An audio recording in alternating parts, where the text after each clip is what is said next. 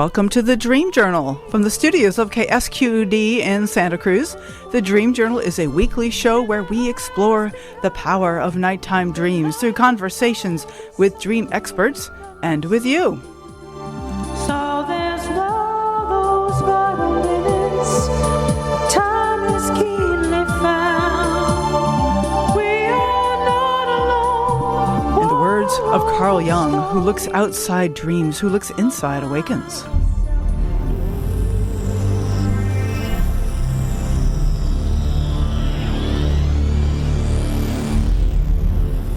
Today's music is called The Seventh Sun. Thank you, Rick Clevel. When should you do the opposite of what you usually do? When you're engaging with a dream shadow. Today we are talking about lucid dreaming, shadow work, and dream yoga with Chris Cunniffe. I am your host, Catherine Bell of Experiential Dreamwork, and welcome to the Dream Journal. The Dream Journal is also a weekly podcast. Please subscribe, rate, and review. But most importantly, tell your friends about the show. The mission of this show is to get people talking about their dreams. And one way you can do that is to tell them about this podcast. See how I got that in there? Sneaky, huh? Archives, but it's true. This is our mission, to talk about dreams with everybody that you meet. There's something that are very fascinating, and why not talk about them? You can also find archives at Apple Podcasts, Spotify, Stitcher, all those good places.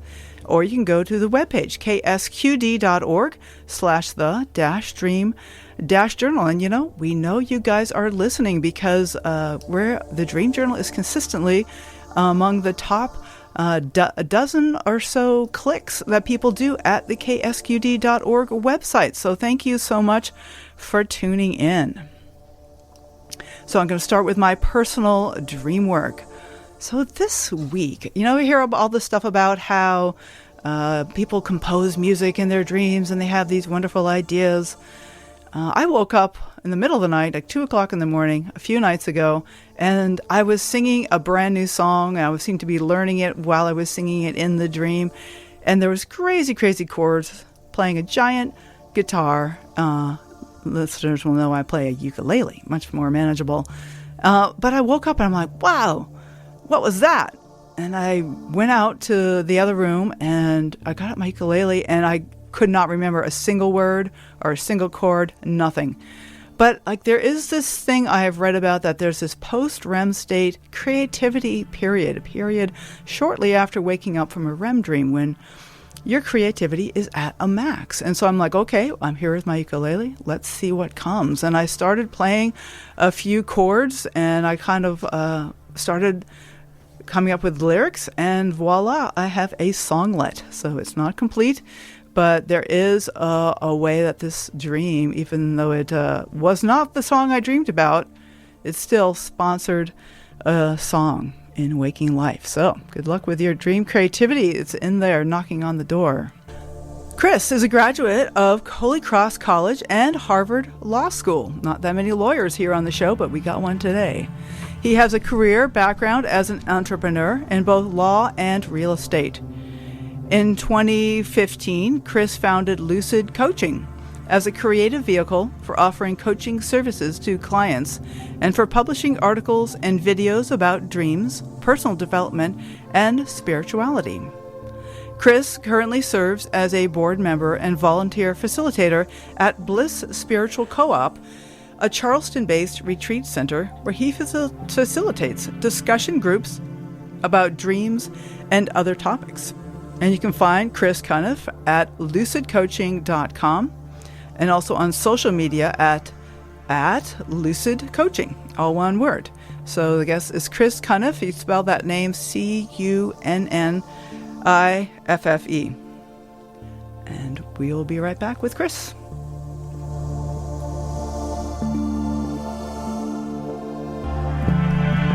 Okay, Chris. Hello.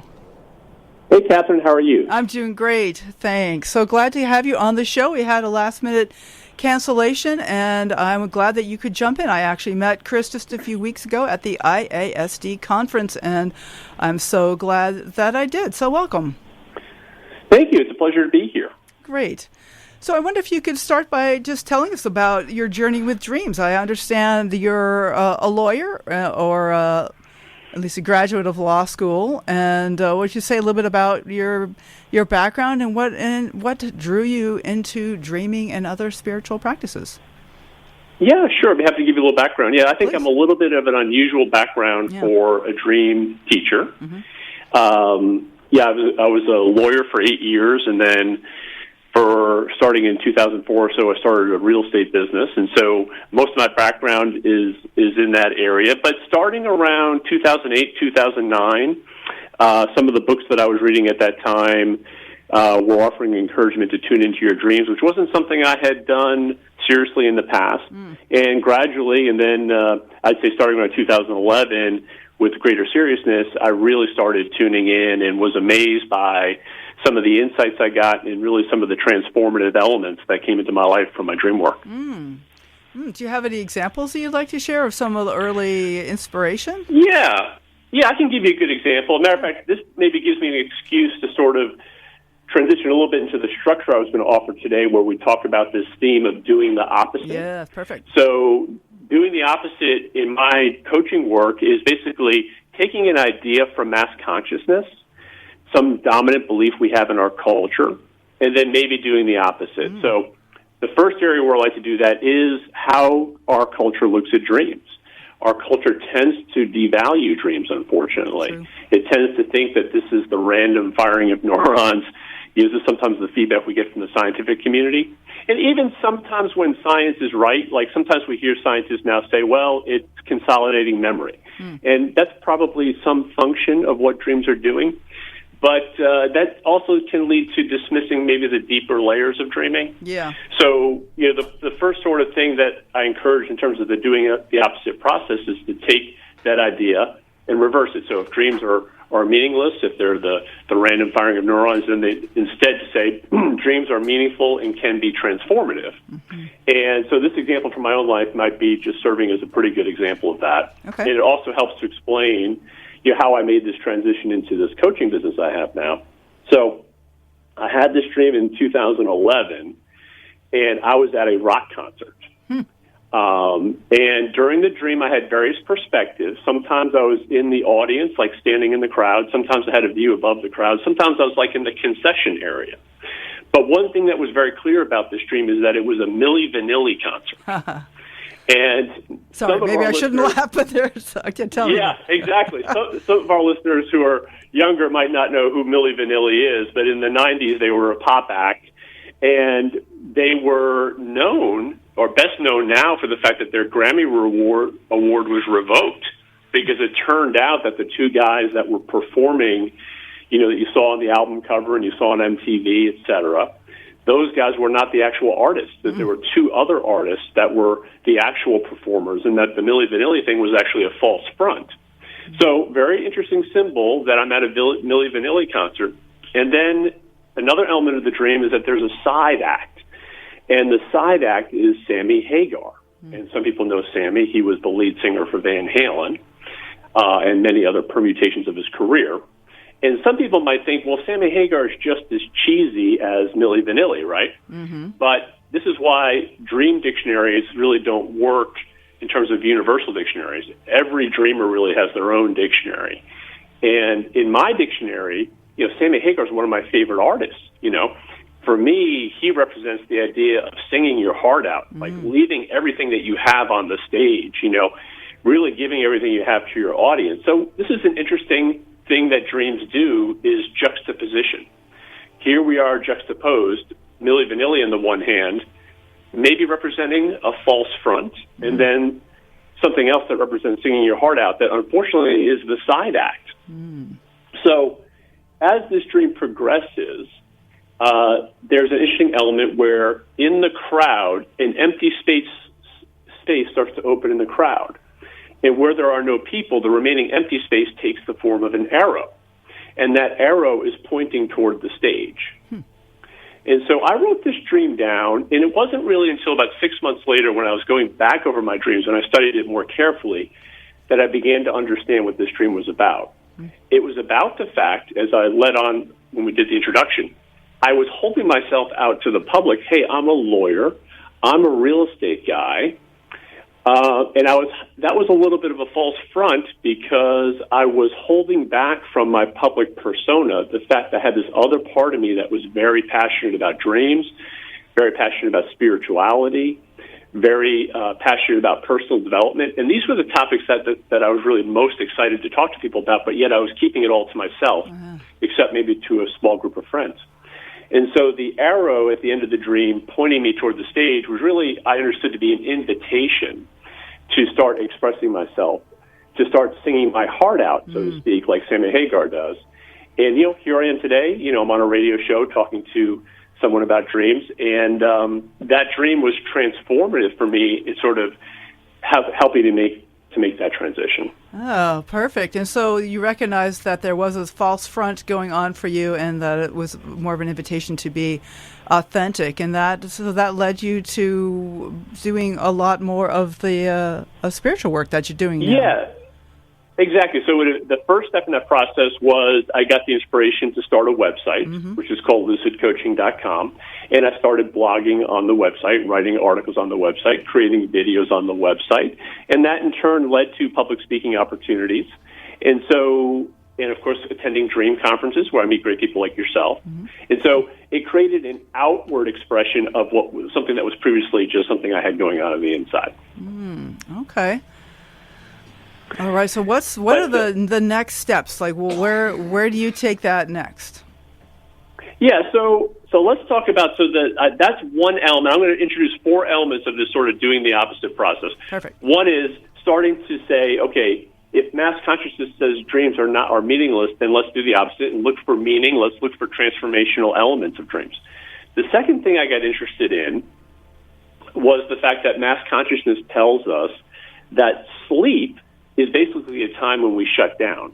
We work all day, we work hard, we get exhausted. At the end of the day, we shut down the system. Most people do not remember anything that happens to them in those 6 or 8 or 9 hours while they're sleeping. But what would be the opposite of doing that? The opposite of doing that would be to look at sleep as an opportunity to sort of stretch and expand our consciousness.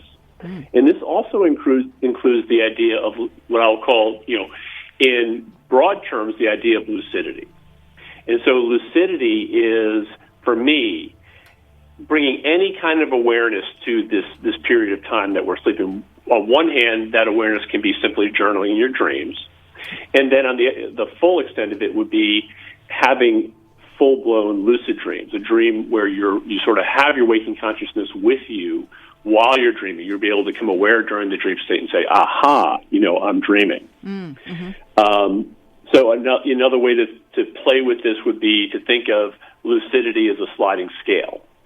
So lucidity is this idea of just bringing greater awareness to what we have going on in those hours. Sometimes you can do it on the periphery. So, for instance, as you're going to sleep, you'll experience hypnagogic imagery as you're going into sleep onset. And as you're waking up, you'll experience the hypnopompic imagery, which is sort of this liminal in-between state. So another way to practice adding this element of lucidity to your life in this sort of stage of your life is to start paying more attention to what happens as you're going to sleep and as you're waking up. And also as you're waking up, to not rush right away and check your email or check the news or listen to the radio, but instead use your awareness here. You extend your awareness into this period of these liminal states so that you give your body time to relax and to tune in to see if there was experiences. Well, I don't know if you were able to hear that I described with my dream this week, that to take advantage of that sense of creativity that happens when shortly after we wake up, especially right out of a REM state, that there is a way that our mind is structured more loosely then, and that we can make connections that we don't always make, and so that's a good time for. I did hear. Yeah, I did hear your description. That was a perfect example of stretching that awareness. Well, I love to say, I just want to jump in and say, Chris, that I appreciate you that even being aware of our dreams and working with them when we're awake as an example of being on the lucid spectrum, because I have been frequently frustrated trying to become lucid in my dreams, and yet I do work with my dreams a lot. So I'm happy to be included as a lucid dreamer because I work with my dreams.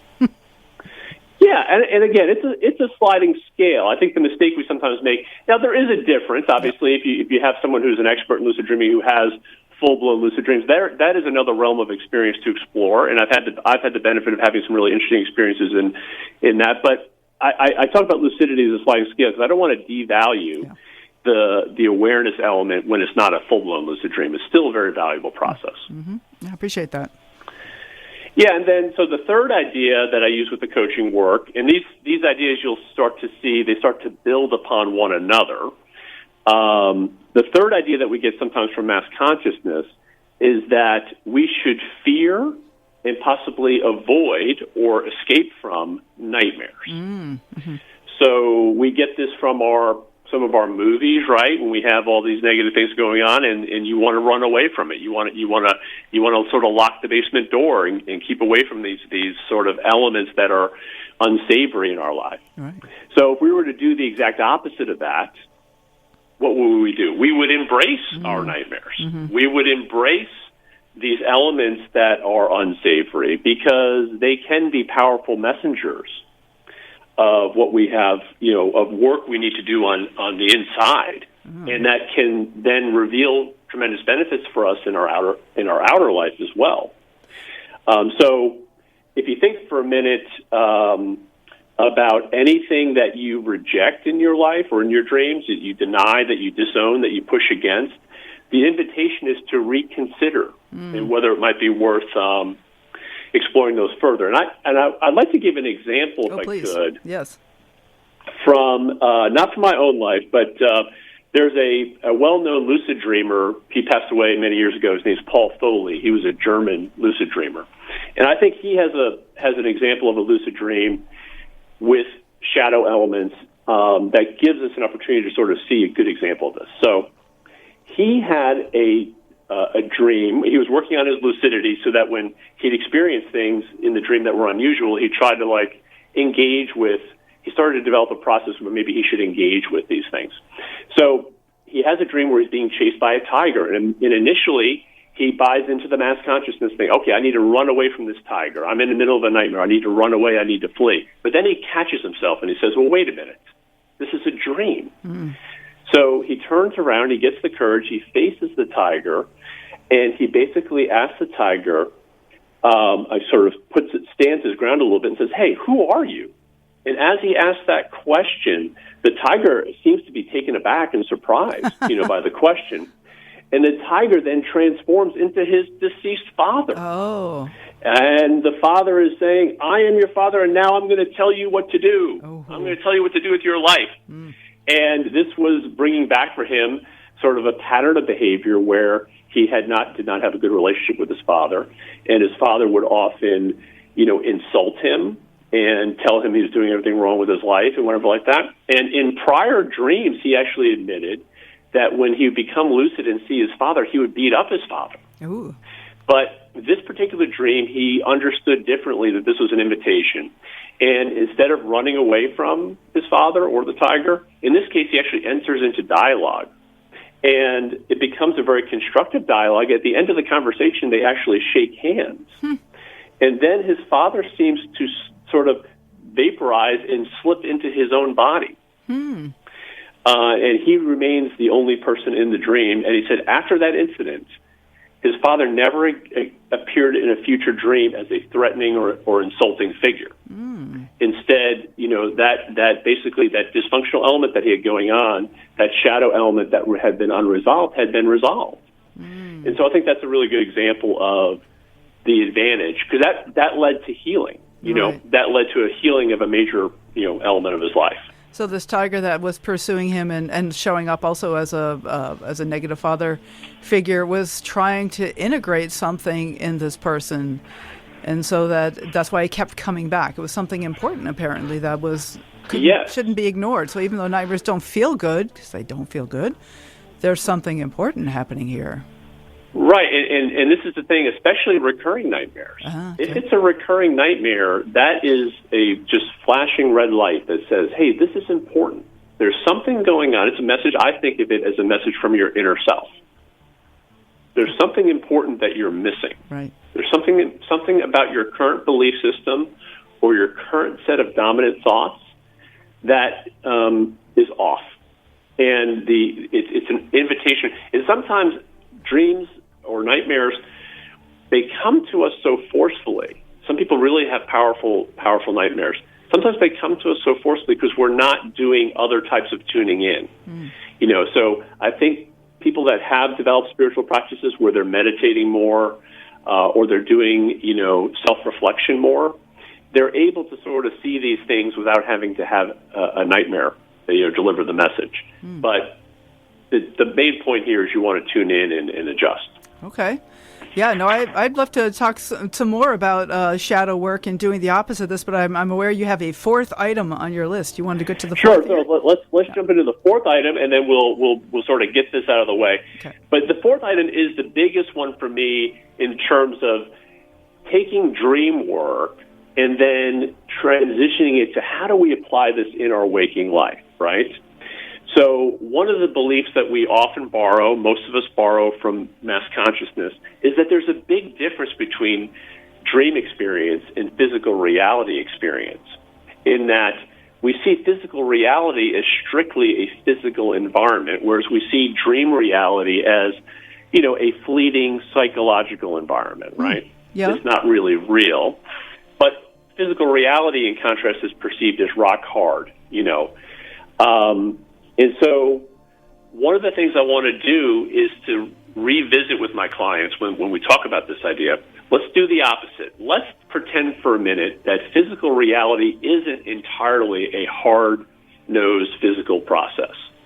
Let's say instead that, like dreams, physical reality is fluid, and it has some dreamlike qualities. It has some qualities that you might think of as being more akin to a psychological environment than it is to a purely physical environment. And the idea is, just like we have dream figures that come to us in the dream state, we also have what you can think of as dream figures, or I sometimes call them cartoon characters, that come to us in waking life. And many times these cartoon characters have many similarities to dream figures, especially when we think of the context of nightmares. Sometimes there's, you think about, so one of the things I do with my coaching work during one of the first meetings I'll have with a client will be to say, hey, tell me about the cartoon characters in your waking life. Yeah, what does that mean? Because say more. Give me. I want to know. Yeah. So then if they look perplexed, which they often do, I say, tell me about the people in your life that rub you the wrong way, that get under your skin, that annoy you, that pester you, that you really wish would change and behave differently around you. Who are the people that you have when you see their number pop up on your phone, you have that immediately, geez, I don't think I want to deal with this person, right? Yep.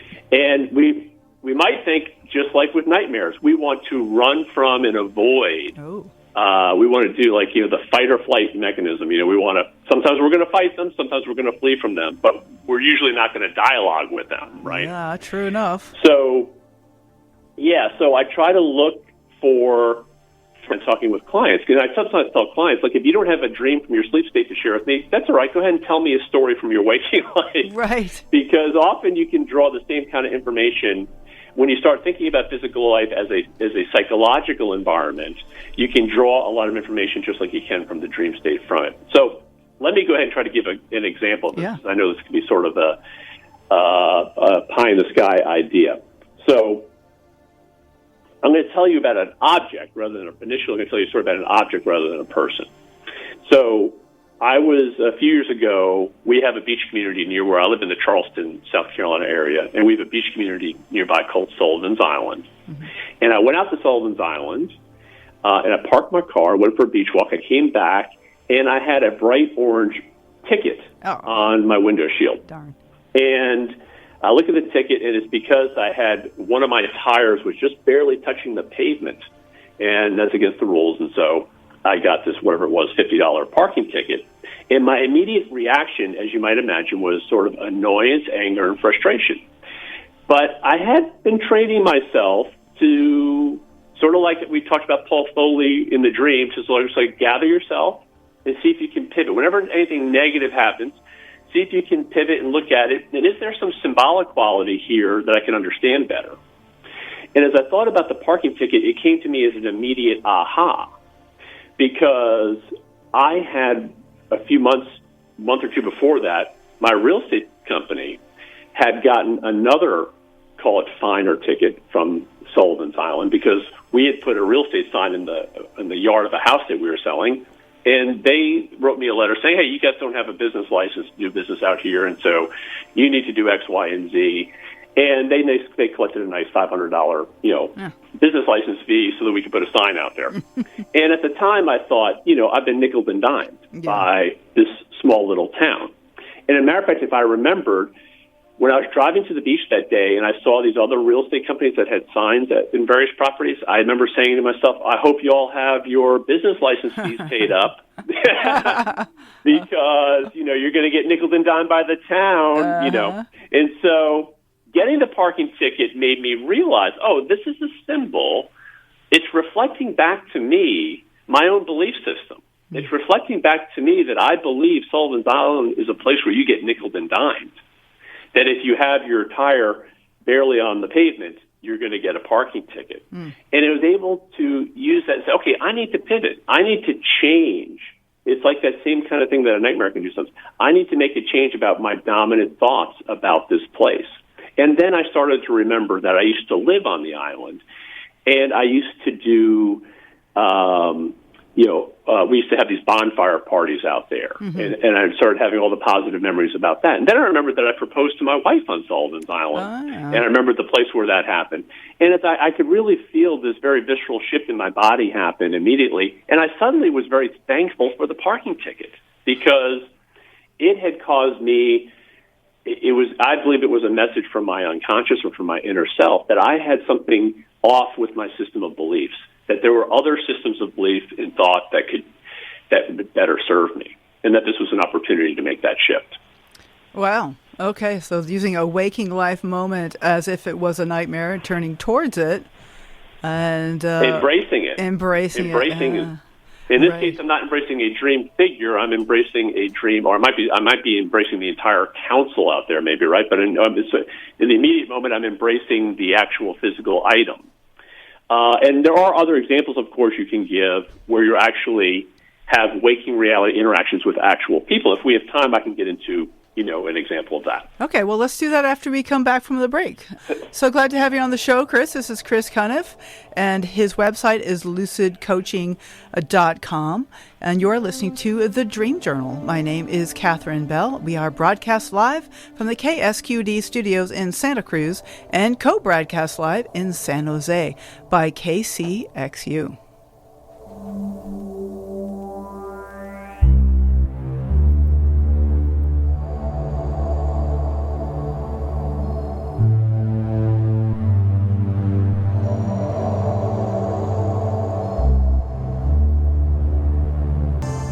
Okay, welcome back to the Dream Journal. I am Catherine Bell. Our guest today is Chris Cunniffe, and he's lucidcoaching.com, and we are talking about his approach of doing the opposite and what that means in regards to Dreamwork. So welcome back, Chris.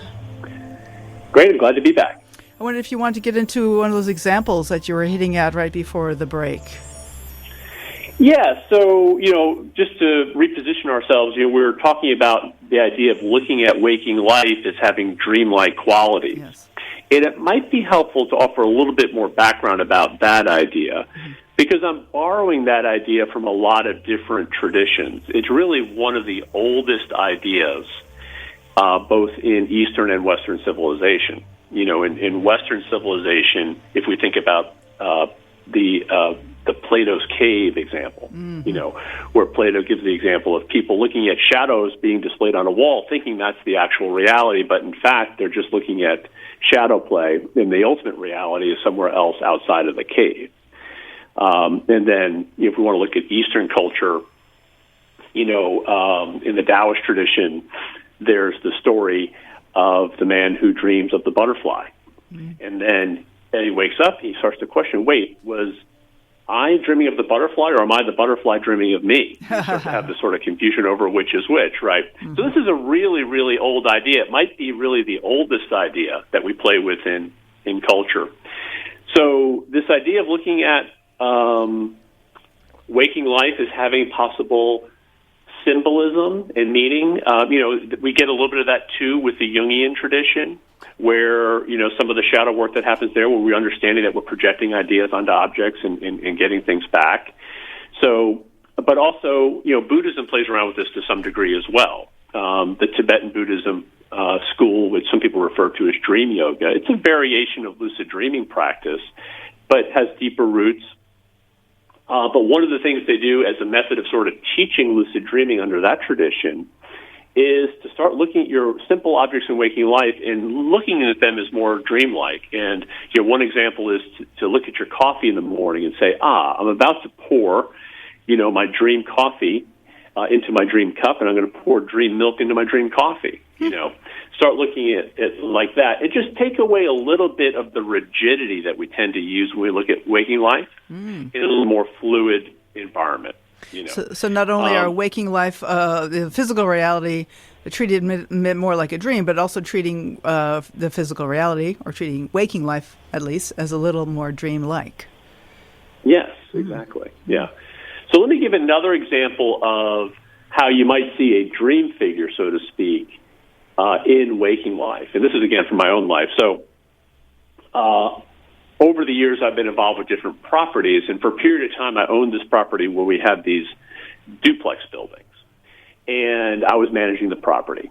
And at the time, the units were not in the greatest shape, and so I had a deal I struck with the tenant where he said, hey, I'm a handyman, and so if you give me a break on the rent, actually, if you give me some free rent for a period of time, I'm going to fix this, this, and this, and it'll be a win-win. And so I agreed to the arrangement. But we had a lease which has the typical clauses in it. And one of them was that, we didn't want any junk being stored, outside of the units. Well, as this relationship unfolded, he never made the promised, handyman improvements that he said he was going to make in exchange for the free rent. And then he started storing a lot of junk, outside his unit, and including like an old boat. And so one day I drove by there, and we had talked about the junk before. I drove by there, and I saw another junk boat out there beside his unit. And I felt this anger rise up within me. I felt it, and I'm people that know me, even going back over the years, I'm a relatively even-keeled guy, right? But sort of like with the parking ticket example. And you can see now that the feeling of the rising feeling in your body of anger or frustration can be a cue for you to say, wait a minute, what kind of experience am I going into here? Is there something that's just strictly physical about this, or is there something else I can glean from the experience? So, but in that moment, I was just angry, right? Yeah. And so I decided, and I wouldn't, again, this is a little bit out of character for me. I decided, I'm going to go to him right now. And I drove right over to his unit. I parked in the front driveway, knocked on the door. He was there. And I just started to tell him how exasperated I was with the situation. And he really didn't have much sympathy for me. And matter of fact, he quickly turned the conversation around and said, well, I have some other problems with you, actually. It became quite an argument. And he walked me to the backyard area there, and he showed me, here, see in these bushes here, and he points to a hornet's nest that's in the bushes. And when I saw the hornet's nest, something finally kicked in for me, where I said, this is a dream symbol. Because at this point, I had started doing some shadow work. I had started playing with symbolism in waking life. And I hadn't been applying much awareness or consciousness to this relationship. But in that moment, when I saw the hornet's nest, I realized, I have been feeling irritated and annoyed and frustrated about this entire property for a long time. Because I've been managing it, I've been dealing with, the mortgage payments, and I'm dealing with the repairs, and I've been dealing with some tenants that have been difficult. And the hornet's nest came to me as a realization. It was like almost like becoming lucid in a dream, where I realized this is a symbol of everything I have going on in my emotional, vibrational state about this property. And that was important because it led me to do a complete overhaul and change about my emotional feeling about that property. And going forward from that date, I started making changes that made it a much more positive thing in my life.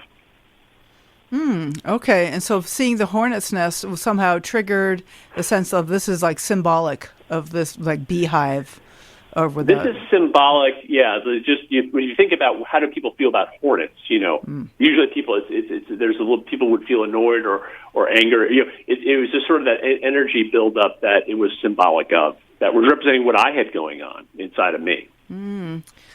So that's fabulous. So bringing that sense of the dream symbolism, like working our waking life experiences in the same way that we work dreamlike experiences. Yeah. I love that. So one of the things we play with, so if a coaching client comes to me and I have that conversation with them and I say, well, tell me about the cartoon characters in your life. And by the way, when I ask that question, and once I clarify, who frustrates you, who makes you angry, who gets under your skin, once they start telling me about those people, we can start to unwind and start to unpack, just like we do with dreams. So it would be almost the same process that if they were having a dream about that person and they appeared. Yeah. I would ask them, well, what does that person represent to you? How does that person make you feel? What's the vibrational element going on here, or emotional vibrational element going on here? And then to look at your broader life and say, is this feeling something I feel a lot? So, for instance, if people in their sleep state dreams, if they have a lot of experiences with anxiety, for instance, right, they will commonly have dreams where they're back in college and they forgot what room the exam is in, and they're in the hallway, and there's sort of this, feeling of anxiety. Well, if people are having those dreams, then typically there's quite a bit of anxiety going in their normal waking life. And if you pay attention to the dream symbolism, that's your opportunity to sort of do a correction, to say, okay, do I really want anxiety to be what runs my life? Do I want that to be the dominant, way of doing things?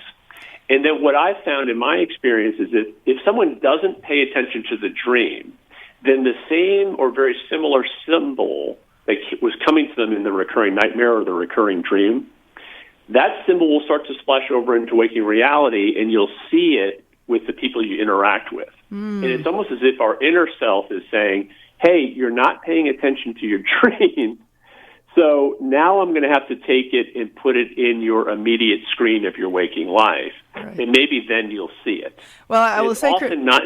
Yeah. Go ahead, no. No, finish the thought. Well, you just hit the nail on the head for me.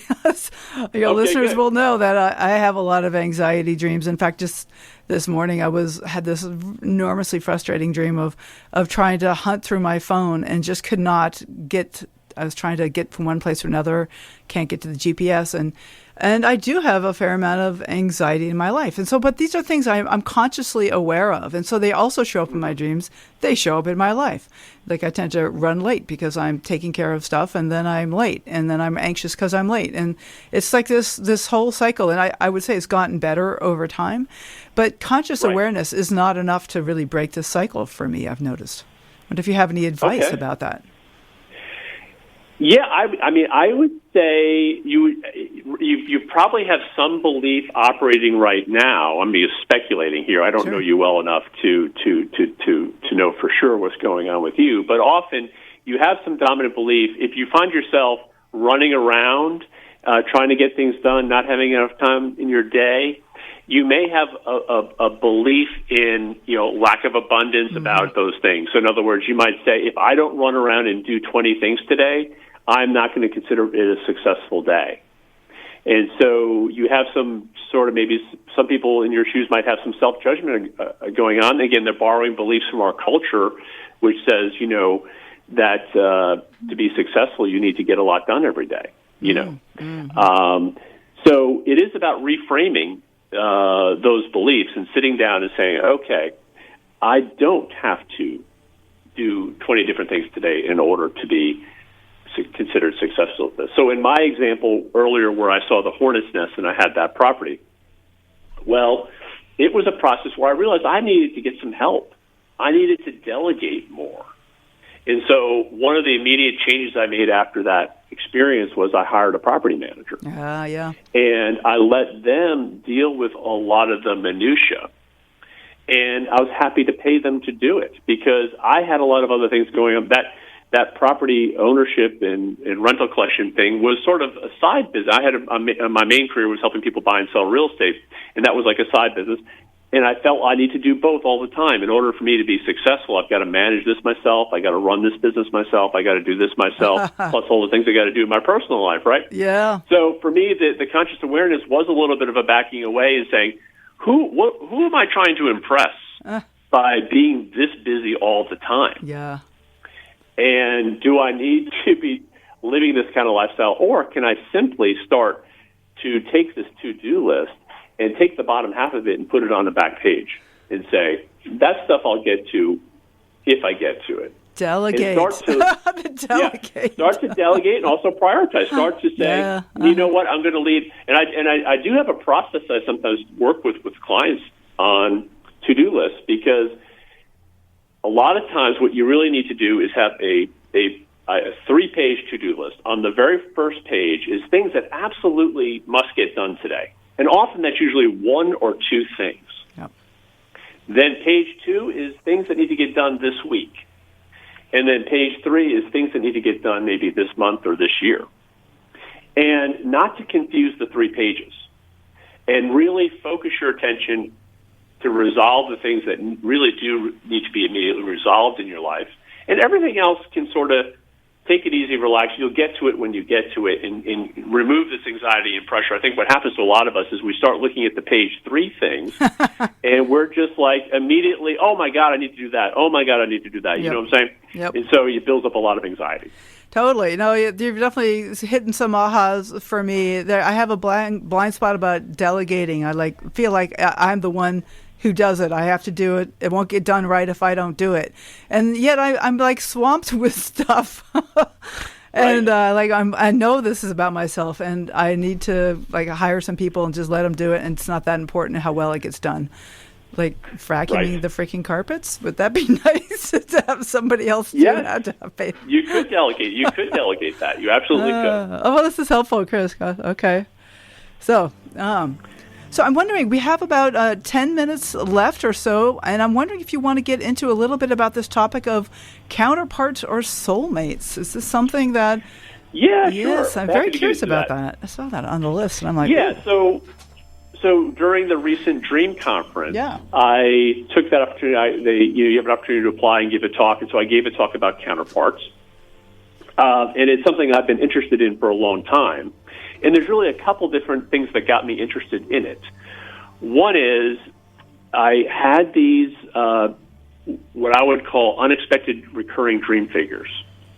You have these experiences where you expect to dream about, for instance, your spouse. You expect maybe to dream about your parents or your siblings. You might expect to dream about your close friends.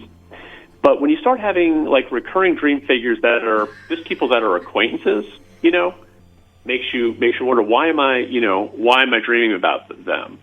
And so counterpart theory is a theory that comes out from an author named Jane Roberts. Okay. And there's a suggestion that we have these inner relationships with some people, that our soul, you might say, looks at physical life not through one set of eyes, but through several sets of eyes. And that, not everyone we meet in waking life is connected to us strongly on the inner plane, but there are some people that you might think of as being spiritual cousins, that you have this sort of inner relationship with. And that if you study your dreams, you can start to potentially identify some of these people. So different things to look for in dreams. So I have one example I'll give. Yeah. I'll give this guy a name. I'm going to call him Keith. That's not his real name. And Keith is a business acquaintance of mine. And we would normally see each other once or maybe twice a year, just, walking at the supermarket or something like that. We live in the same city, but I live in Charleston. It's a fairly large city. We have close to 1 million people in the metro area. So it's not like I would normally run into him. But I had this set of dreams where, like, I think this was in 2012 or 13, in the course of 6 months, I had 7 or 8 dreams about him. Oh, wow. And I was like, gosh, that's really odd because he's not a close friend, And I started looking at the symbolism a little bit. And there was one dream where he approaches me, and he has a sneaker on one foot and a dress shoe on the other foot. And I look at my feet, and I have a sneaker on one foot and a dress shoe on the other foot. And I'm like, well, that's just really odd. Like this sort of funny, mirroring going on. Yeah. And then I had another dream with him where we're sharing an office, and in order to get to my office, you have to walk through his office, like the offices are interconnected. Mm-hmm. Then there's a third dream where we're actually in the same exact office. We have desks that are facing each other face to face. So as I'm working, we're basically looking at each other face to face. Then he gets up in the dream, and he goes to the wall, and there's 2 bookshelves, and he labels one with his name, and he labels one bookshelf with my name. So there's this sort of interesting symbolism about, mirroring or pairing, Yeah. Sometimes you'll see dreams with these people that involve some element of mistaken identity.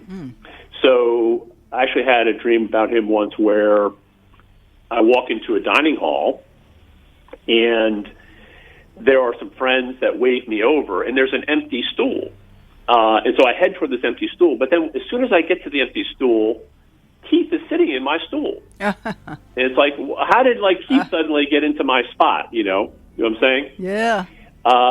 And then the other thing you'll start to find, I find with these types of dreams, is you may start to find certain synchronicities that happen in waking life, or you might even have some telepathic type dream experiences. So this is not Keith. This is another dream figure of mine who I think I might have, connection with. And I once had this dream that was very specific. I was at a party. I saw some beer bottles. And what specifically happened in the dream is that I take my shoe and I'm shaking my shoe to get the glass. There's pieces of glass out of the shoe, right? Well, then a couple days later, I have a real estate showing, and my client shows up in crutches. He's on crutches. And I'm like, what happened to you? And he says, I was at this party and I stepped on glass. Oh.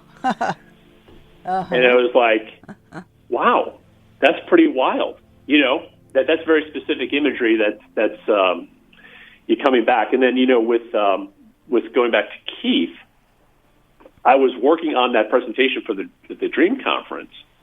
And as I was getting ready for it, I was working on my PowerPoint, and I decided to go get a coffee. And I walked over to Starbucks, and I ran into Keith at the Starbucks as I was working on, the whole discussion that was going to include him. I thought that's interesting. That's a little synchronicity. Then the very next day, I went to the bank, and in the drive-through lane, there's 2 lanes at this bank. And I pull into the outer lane, and I sort of look through the car beside me to try to make eye contact with the teller, and it's Keith. So two days in a row, as I'm preparing for my presentation about counterparts, I run into this person who I've identified as a potential counterpart. So I tend to find you will see a little bit of bleed through. And this is sort of maybe what's unique and different about my coaching work is, yes, I'm interested in dreams, but yes, we're also interested in waking life and how similar it can be to the functioning of dream states. So Chris, what do you think is going on here with these counterparts? What do you think? Is it like a nudge to get better acquaintance, better relationship with them, or what? In some cases, yes. I know that I can think of one person who is a counterpart who I have done significant business transactions with. Okay. So it could be an invitation to say, hey, this is an ally. This is someone who's an ally of yours on the inner planes and that you can connect with. And maybe you can work together. But I think in the larger picture of things, I think it just is, for me, is my inner self trying to give me the bigger picture, to understand that all the separateness that we see in life. We tend to think of ourselves as separate from all the objects and other people in our lives. But it's a message to say, really, that's an illusion. Ultimately, there's a strong web of interconnection between all of us. And that counterpart theory, or soulmate theory, you might say, that's one expression of this interconnectedness, that there are some people that you are even closer connected to with, and I think you're ultimately connected with everybody on the planet, but there are some people that might be your close cousins. Interesting. Oh, my goodness. Chris, this is a fascinating conversation, but I'd like to do a little wrap-up here. So lucidcoaching.com is your webpage. And I wonder, do you have any offerings coming up to mention to people? What do you do? And then I'd like to finish with final thoughts. Absolutely, yeah. So, lucidcoaching.com. I would say to keep up with what I'm working on, and I am working on a book that's probably not coming out this year, but probably next year. But if you want to follow my blog posts and get updates about my book and things like that, just log on to lucidcoaching.com. Pretty much within 5 seconds, the screen will pop up and ask you if you want to register and give me your name and email address. And I promise, I don't send out more than one email per month, so I'm not going to be hawking products and things like that. And then, of course, I do offer personal coaching services, and I call it dream coaching and abundance coaching. And so you go to lucidcoaching.com, and you can learn more about those coaching programs. You can email me, chris@lucidcoaching.com. Excellent. And just in the maybe last 15, 20 seconds, do you have some encouragements that you'd like to give to our listeners? I would say absolutely, tune into your dreams. You'll be amazed. If you started tuning in already, tune in even deeper. The deeper you go, I think the rewards are even more rewarding. Fabulous. Thank you so much. This is Chris Cunniffe, and I will hopefully stay in touch. Thank you, Catherine. It was a pleasure being on the air. All right. Bye now. Bye-bye. So, thanks for listening. The Dream Journal is produced at the studios of KSQD in Santa Cruz, and it's live every Saturday from 10 to 11 a.m. Pacific, and you can listen at ksqd.org. The podcast is released on the Monday after the show. It keeps us growing when you subscribe, rate, and review. I am Catherine Bell. Find out about my dream coaching practice at experientialdreamwork.com. You can also email me at Catherine@ksqd.org. That's KATHERINE@ksqd.org. Follow Experiential Dreamwork on Facebook and Instagram to find out about upcoming shows. I'd like to thank Rick Kleffel, engineer and music creator. You can find the ambient music at pandemiad.com. I'd like to thank Tony Rissimano, Eva Milady, and the intro music is Water Over Stones. Outro music is Everything, both by Mood Science. When you wake up, take a minute to write down your dream and bring it to the next Dream Journal.